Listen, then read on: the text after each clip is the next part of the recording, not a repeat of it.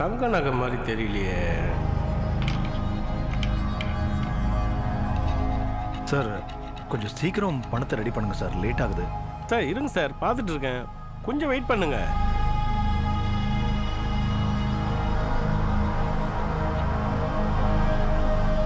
இது தங்க நகையே இல்லையே.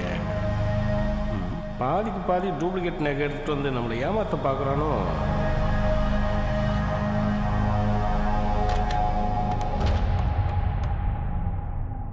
ஹலோ மிஸ்டர் ராம், கொஞ்சம் என் ரூம் வரைக்கும் வந்துட்டு போக முடியுமா? அதோ வரேன்.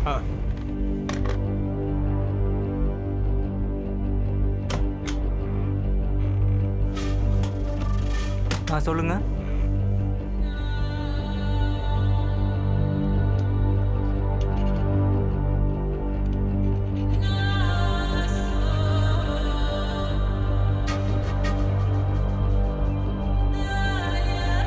ஆமாங்க, நீங்கள் சொன்ன மாதிரி இந்த நகையெல்லாம் டூப்ளிகேட்டு தான்.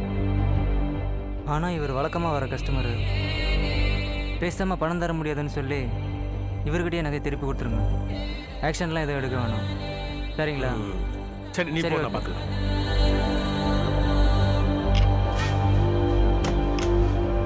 என்னாச்சு சார்?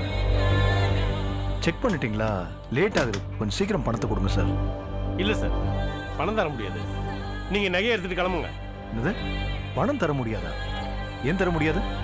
காரணம் சொல்லுங்க சார். இல்லை சார், தர முடியாது, அவ்வளோதான். சொன்னா புரிஞ்சுங்க. ஹலோ, எதுக்கு பணம் தர மாட்டேங்கிறீங்கன்னு காரணத்தை சொல்லுங்க. அதை விட்டுட்டு பணம் கிடைக்காது கிளம்புங்கன்னு சொல்றீங்க.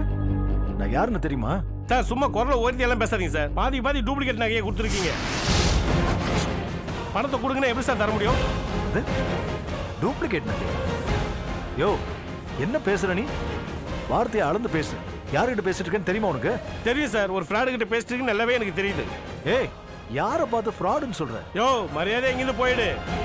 நியாயமா பார்த்தா போலீஸ் கிட்ட சொல்லி உன் மேல ஆக்ஷன் எடுத்துருக்கணும். ஏதோ பாக்குறதுக்கு படிச்சவன் போல இருக்குன்னு மரியாதை கொடுத்து பேசிட்டு இருக்கேன். ஒழுங்கா இங்கிருந்து கிளம்புற வழியை பாரு. என்னடா விட்ட ஓவரா பேசிட்டு இருக்க? யார்கிட்ட பேசுற நீ? யார் மேல கை வைக்கிற? திருட்டு கேட் வந்து யார் மேல கை வைக்கிற? டூப்ளிகேட்னு சொல்ற. என்ன பார்த்து ஃப்ராடுன்னு சொல்ற? யார் பேசுற நீ? ஒண்ணா கேளு சார். விடுங்க சார். தன்முகா, என்னப்பா இது? கஸ்டமர்கிட்ட ஏன்பா சண்டை போடுற? தன்முகா, உனக்கு கொஞ்சம் கூட அறிவே இல்ல. சார் எவ்வளவு பெரிய வேல்யூபிள் கஸ்டமர், அவர்கிட்ட போய் சண்டை போடுற? சுந்தர் சார், என்ன சார் ஆச்சு? சார், நான் யாரு என்னன்னு உங்களுக்கே நல்லா தெரியும். ஆஃபீஸ் எக்ஸ்பென்சஸ்க்கு கொஞ்சம் கேஷ் தேவைப்பட்டுச்சு. அதான் கொஞ்சம் போல நகையை வச்சு பணம் வாங்கிட்டு போலான்னு வந்தேன். நான் என்னமோ டூப்ளிகேட் நகையை வச்சு பணம் வாங்கிட்டு போறதா வீணா என் மேல பழி போடுறாரு சார். தன்முகம், என்னாச்சு உனக்கு? சார், அவர் கொடுத்த நகை நீங்க வேணா செக் பண்ணி பாருங்க. அதுக்கப்புறம் அந்த நகைக்கு பணம் கொடுக்கலாமா வேணாமான்னு நீங்களே டிசைட் பண்ணுங்க சார்.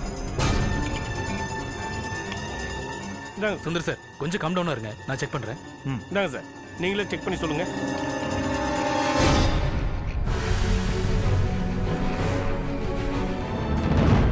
கல்பனா, ஏ கல்பனா, வெதோலி, கல்பனா எங்க இருக்கா?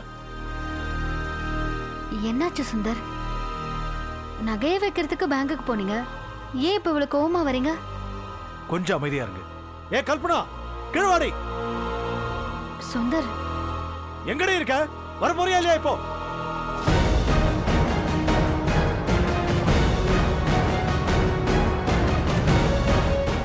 ஏய், கீழே இறங்கி வாடி. கீழே இறங்கி வான்னு. சுந்தர், தயவு செஞ்சு என்ன பிரச்சனைன்னு சொல்லுங்க. சுந்தர், சொல்லுங்க சுந்தர்.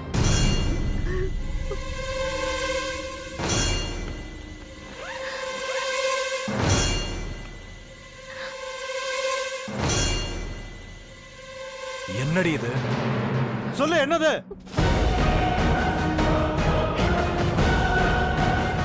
எனக்கு தெரியாம இந்த ஃப்ராட் வேலையை எப்ப பண்ண? அப்போ நீ முழுசா திருந்துட்டேன்னு சொன்னதெல்லாம் பொய், அப்படிதானே? இத்தனை நாளா வேஷம் போட்டு திருந்துற மாதிரி எங்க எல்லாரையும் ஏமாத்திருக்கேன் இல்ல?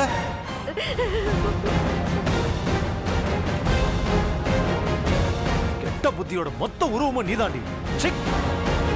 பார்க்க பார்க்க எனக்கு அப்படியே பத்திட்டு எரியுது. ஏய், ரொம்ப நல்லவ மாதிரி நடிக்காதரி. இந்த நகையை எப்ப மாத்துன? எதுக்காக மாத்துனேன்னு எனக்கு தெரிஞ்சாகணும். இப்ப மட்டும் நீ பதில் சொல்லல, இங்கே வெட்டி பலி போட்டுருவேன். சொல்லு. சுந்தர், ஏய், சீ.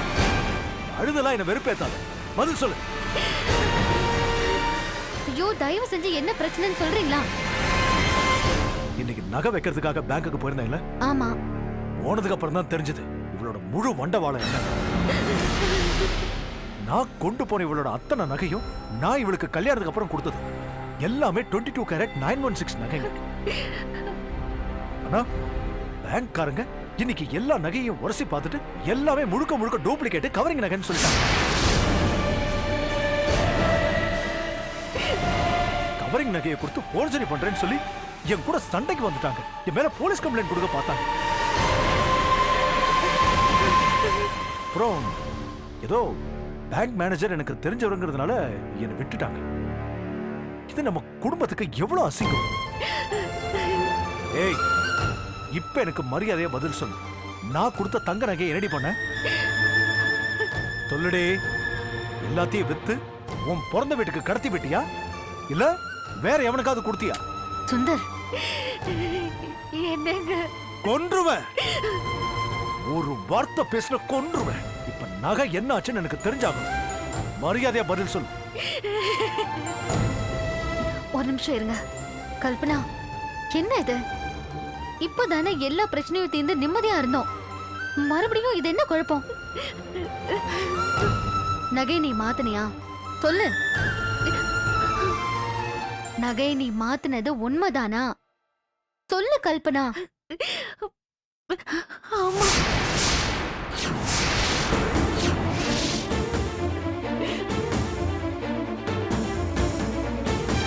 பாத்தீங்களா? திருடி சதிகாரி உண்மையை ஒத்துக்கிட்டா. சுந்தர், நகருங்க. ஏய், உனக்கு ஏண்டி இந்த திருட்டு புத்தி? ஏன் இந்த திருட்டு தானோ? ஒரு ரத்தத்திலே ஊறி போச்சுல. உண்மையை சொல்லிடு. நகையை என்ன பண்ண சொல்லுடி. சுந்தர், கொஞ்சம் பொறுமையா இருக்கு சுந்தர். என்ன கல்பனா, நீ தெரிஞ்சிட்ட மாறிட்டேன்னு நாங்கெல்லாம் எவ்வளவு சந்தோஷப்பட்டுட்டு இருக்கோம். இப்படி பண்ணிட்டியம்மா. உன் மேல இருந்த மொத்த நம்பிக்கையும் சுக்கு நூறா உடைஞ்சு போச்சு. வேதவல்லி, யார் கண்டா? இன்னும் இவ வேற எதெல்லாம் எனக்கு தெரியாம ஒளிச்சு வச்சிருக்காளோ? எல்லாம் மொத்தமா எனக்கு தெரியற அன்னைக்கு நான் ஹார்ட் அட்டாக் வந்து செத்தே போயிருவேன் போல இருக்கு. பாருங்க, இப்ப கூட இவ வாய் திறந்து பேசுறாளான்னு. ஏய், இப்ப சொல்றேன்டி, நல்லா கேட்டுக்கோ. உண்மையை சொல்ற வரைக்கும் நான் உன்னை சும்மா விட போறதில்லை. என் முகத்திலேயே முடிக்காத நீ. ஏய், ரூமுக்கு மட்டும் வந்த உன்னை கொன்னே போடுவேன். வாழ்நாள் முழுக்க உன்னை பொண்டாட்டியா ஏத்துக்கவே முடியாது. தனியா கடந்து சாவு. சுந்தர், கர்ப்பமா இருக்கேன்னு பாக்குறேன். எல்லாம் ஒரு பொம்பளையாடி, குடும்பத்துக்கே விளங்காது.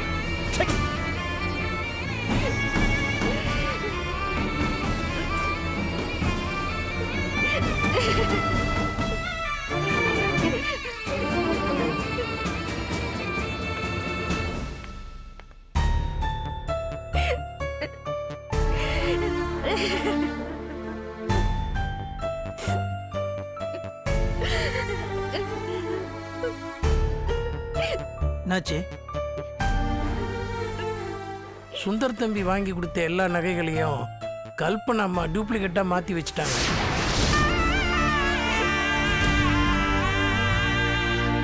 கையங்களவுமா கல்பனா அம்மா சுந்தர் தம்பி கிட்ட மாட்டிக்கிட்டாங்க. இனிமேல் என் மூஞ்சிலே முடிக்காதுன்னு தம்பி திட்டாரு. அதனால தான் அழறாங்க. எனக்கு என்ன சொல்றதுன்னே தெரியல கல்பனா. ரொம்ப ஏமாற்றமா இருக்கு.